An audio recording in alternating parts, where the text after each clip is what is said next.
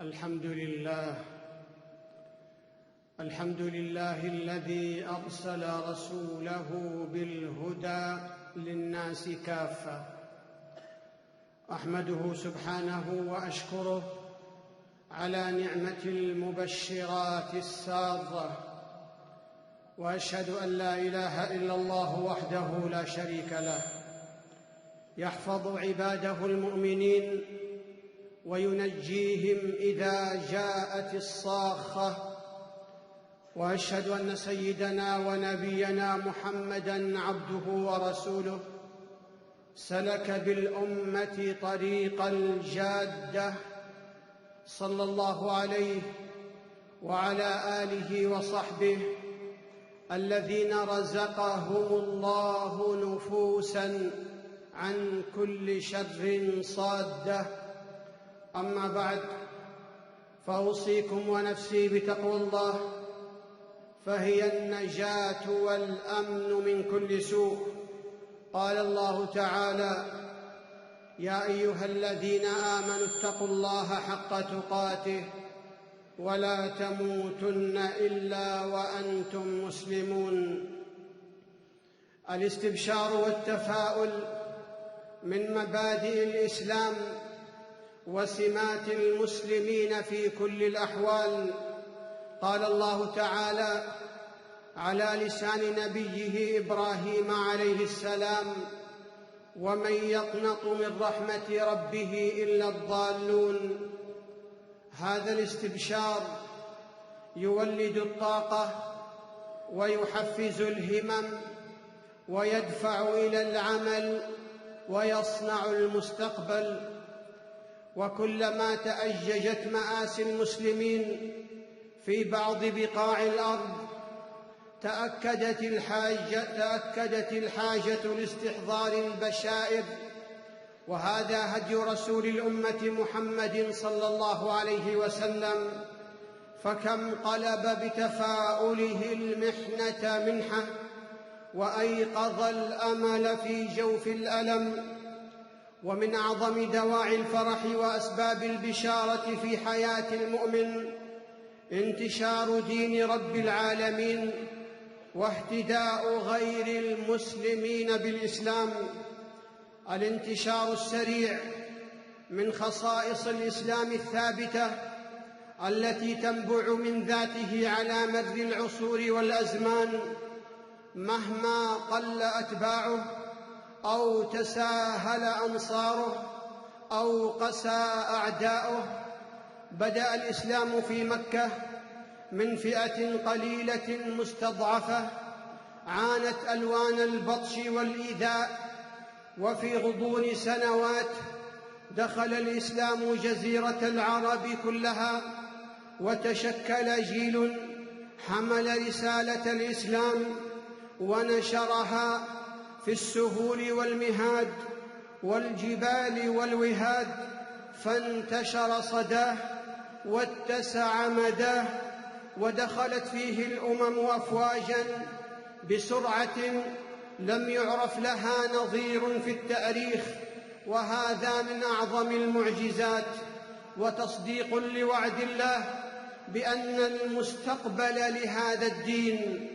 ينتشر الإسلام لأنه الدين الذي ارتضاه الله تعالى للناس كافة، وتكفل سبحانه بحفظه ونشره. قال صلى الله عليه وسلم: ليبلغن هذا الأمر مبلغ الليل والنهار، ولا يترك الله بيت ومدر ولا وبر إلا أدخله الله هذا الدين بعز عزيز أو بذل ذليل، يعز بعز الله في الإسلام ويذل به في الكفر. أحب الناس الإسلام لأنه ظاهر المعالم وحق أبلج، ملائم للفطر السليمة والعقول المستقيمة، أنار الظلمات، أسعد النفوس، شرح الصدور، فطرة الله التي فطر الناس عليها، لا تبديل لخلق الله. ينتشر الإسلام لأنه عقيدة إيمانية تشبع فراغ القلوب وتهذب حيرة الأرواح وتملأ خواء الفكر وتلبي حاجات النفوس وتمنحه الأمن وتروي ظمأه. يدخل الناس في دين الله أفواجا، لأنه الدين الذي حقق للإنسان كرامته وسمى به روحا وجسدا عقلا وقلبا، فتح له الآفاق، سخر له الكون ولم يحرم عليه طيبا. المستقبل لهذا الدين لما يرى من أثره البديع الذي لا يوصف وفعله العظيم الذي لا يحد، فقد نقل الإنسان من ذل المعصية إلى عز الطاعة، ومن حدود الدنيا إلى سعة الخلود، ومن قسوة القلوب إلى رحاب الحب وفيوض الرحمة. ينتشر الإسلام لأنه يمجد العلم ويكرم العلماء ويثني على العقل والفكر، وكلما وصل الإسلام بلداً من البلدان جللها بالعلم وأضاءها بالمعرفة، فأسهمت الأمة في بناء الحضارة الإنسانية، وغدت الحضارة الإسلامية نواة ومعبراً للحضارات المتعاقبة. اطمأن الناس إلى الإسلام لأنه يحقق للبشرية العدالة الاجتماعية في جميع مظاهر الحياة، قوى وشائج الأخوة، أحيا مبادئ التعاون، أسس معاني الخدمة الاجتماعية. قال رسول الله صلى الله عليه وسلم: ولأن يمشي أحدكم مع أخيه في قضاء حاجته أفضل من أن يعتكف في مسجدي هذا شهرين، وأشار بإصبعه. العدل في الإسلام مدلول ناصع ومفهوم راسخ، لا يتأثر ميزانه بالحسب والنسب ولا بالجاه والمال، ويتمتع بالعدل جميع المقيمين على أرضه من المسلمين وغيرهم. قال الله تعالى: يا أيها الذين آمنوا كونوا قوامين لله شهداء بالقسط ولا يجرمنكم شنآن قوم على ألا تعدلوا اعدلوا هو أقرب للتقوى واتقوا الله إن الله خبير بما تعملون. وتقع على المسلمين مسؤولية نشر الإسلام وتبليغه في كل أصقاع الأرض، ابتداءً من نبيها صلى الله عليه وسلم. قال الله تعالى: يا أيها الرسول بلغ ما أنزل إليك من ربك. وقال صلى الله عليه وسلم: بلغوا عني ولو آية. وقد بذل النبي صلى الله عليه وسلم كل الأسباب للتوسع في نشر الإسلام، فلما أسلم أبو ذر الغفاري رضي الله عنه طلب منه الإقامة في بني غفار ودعوتهم إلى الإسلام. ولما أسلم الطفيل ابن عمرو الدوسي طلب منه الإقامة في قبيلته دوس لنشر الإسلام فيها. فالمسلم مأمور بالعمل على نشر الإسلام، وليس عليه أطر الناس على الدين أطرا وحملهم عليه قسرا. قال الله تعالى: إن عليك إلا البلاغ. وقال تعالى: ليس عليك هداهم ولكن الله يهدي من يشاء. وتبلغ المسؤولية أوجها في نشر هذا الدين على المسلم المغترب في بلاد غير المسلمين، سواء كان سفيراً أو مبتعثاً أو تاجراً أو عاملاً. فمهمة نشر الإسلام من أعظم الفضائل وأجل المراتب. قال الله تعالى: ومن أحسن قولاً ممن دعا إلى الله وعمل صالحاً وقال إنني من المسلمين. وقال صلى الله عليه وسلم: لأن يهدي الله بك رجلاً واحداً خير لك من أن يكون لك حمر النعم. ونستطيع أن نؤكد بأن العنصر الأبرز في انتشار الإسلام على يد سلف الأمة سيرتهم النقية في فتوحهم، وعدلهم في أحكامهم، وسلوكهم تديناً وورعاً واستقامة. وفي مقدمة أولئك قادة الفتح الإسلامي وجنوده الذين كانوا دعاة ولم يكونوا غزاة. اتصف أولئك الذين نشروا الإسلام بسلامة القلب وطهارة النفس ونبل المشاعر، وكان كل فرد منهم ينبوعاً يفيض بالخير والرحمة ويتدفق بالنفع والبركة. أكثر وسائل التأثير في نشر الإسلام عباد الله إيصال القرآن الكريم إلى أسماع البشر، وفي هذه الآية تأكيد على أهمية إسماع القرآن الكريم للمشركين. قال الله تعالى: وإن أحد من المشركين استجارك فأجره حتى يسمع كلام الله ثم أبلغه مأمنه، ذلك بأنهم قوم لا يعلمون. ويعلم المهتمون بنشر الإسلام أهمية الإعلام الحديث واستثمار وسائل التقدم التقني في نشر الدعوة. ورغم تقصيرنا في نشر الإسلام إلا أن الله سخر هذه المنابر الإعلامية الفاعلة والمؤثرة إن أحسن المعنيون استخدامها عالمياً لإبراز سماحة الإسلام ويسره، والتصدي لمن يحاول تشويه صورته وتحجيره. ولا يخفى أن الإسلام يتعرض بين الفينة والأخرى لتشويه مقيت وتزييف ظالم وإلصاق تهمة العنف والإرهاب به وبأتباعه عبر صور كرتونية ولقطات إعلامية لتخويف الناس من الدين الإسلامي، وأنه منبع الريبة والرجعية والتخلف والسلبية. وكل ذلك لا يغير من حقيقة الإسلام ولا يفت في عضد أبنائه ولا يطفئ نوره الوضاء وجماله المشرق.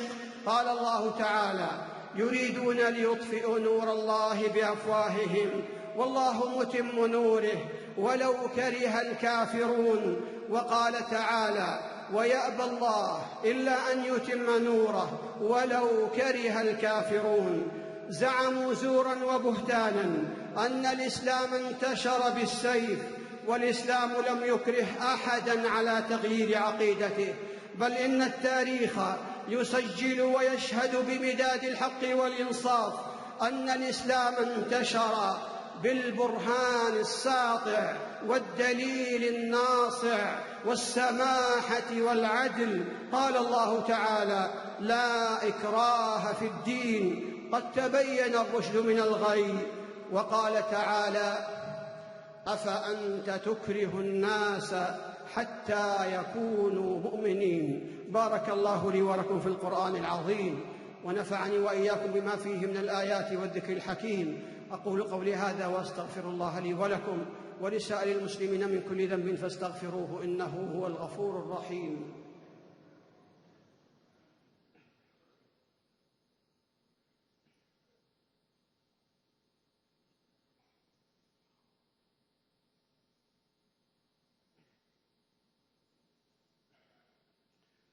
الحمد لله الذي هدانا لهذا وما كنا لنهتدي لولا أن هدانا الله، وأشهد أن لا إله إلا الله وحده لا شريك له، وهو الذي في السماء إله وفي الأرض إله.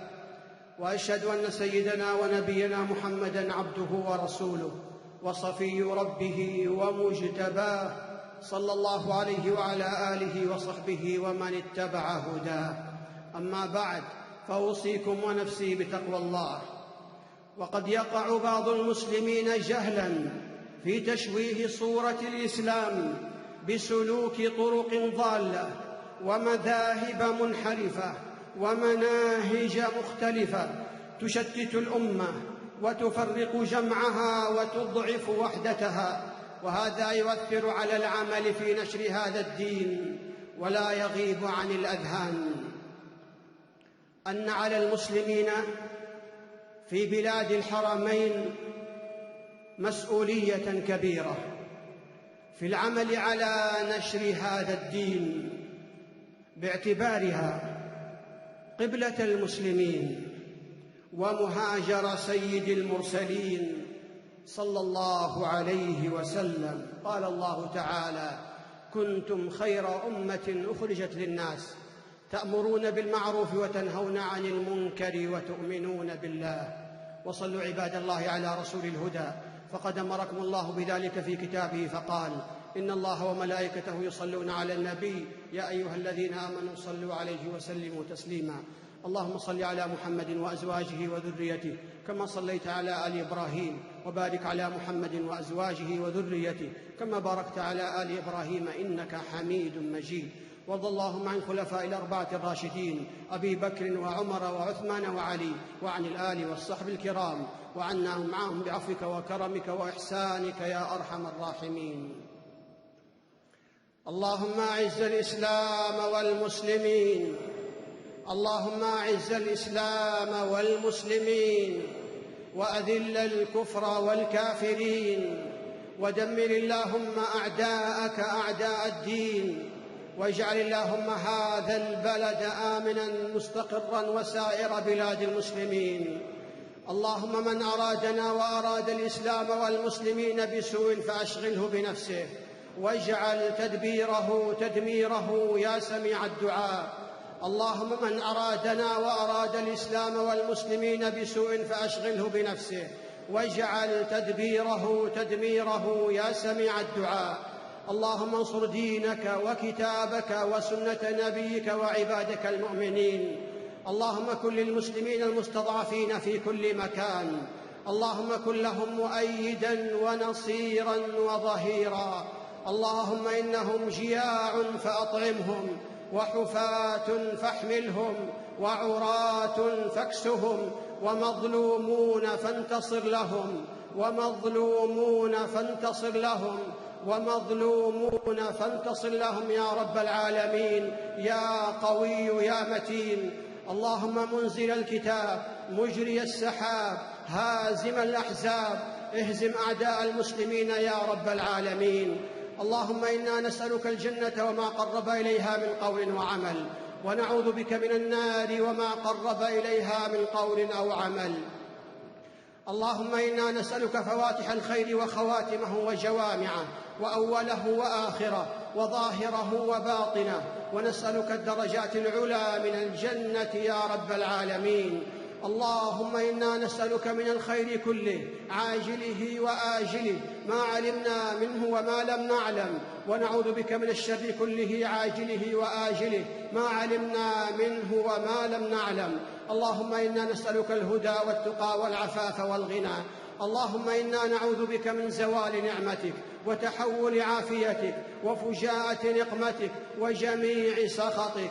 اللهم إنا نسألك الثبات في الأمر، والعزيمة على الرشد، والغنيمة من كل بر، والسلامة من كل إثم، والفوز بالجنة والنجاة من النار. اللهم إنا نسألك رضوانك والجنة، ونعوذ بك من سخطك ومن النار. اللهم ابسط علينا من بركاتك ورحمتك وفضلك ورزقك. اللهم اجعل القرآن العظيم ربيع قلوبنا ونور صدورنا وجلاء أحزاننا وذهاب همومنا وغمومنا. اللهم اختم لنا بخير، واجعل عواقب أمورنا إلى خير. اللهم أصلح لنا شأننا كله، ولا تكلنا إلى أنفسنا ولا إلى أحد من خلقك طرفة عين. اللهم إنا نسألك حسن الختام والعفو عما سلف وكان من الذنوب والعصيان. اللهم وفق إمامنا لما تحب وترضى، اللهم وفقه لهداك، واجعل عمله في رضاك يا رب العالمين.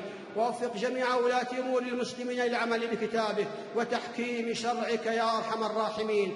اللهم ارحم موتانا واشف مرضانا وتول أمرنا يا أرحم الراحمين. اللهم اغفر لنا ولوالدينا وللمسلمين والمسلمات يا أرحم الراحمين. اللهم إنا نسألك يا الله بأنك أنت الله لا إله إلا أنت أنت الغني ونحن الفقراء. أنزل علينا الغيث ولا تجعلنا من القانطين.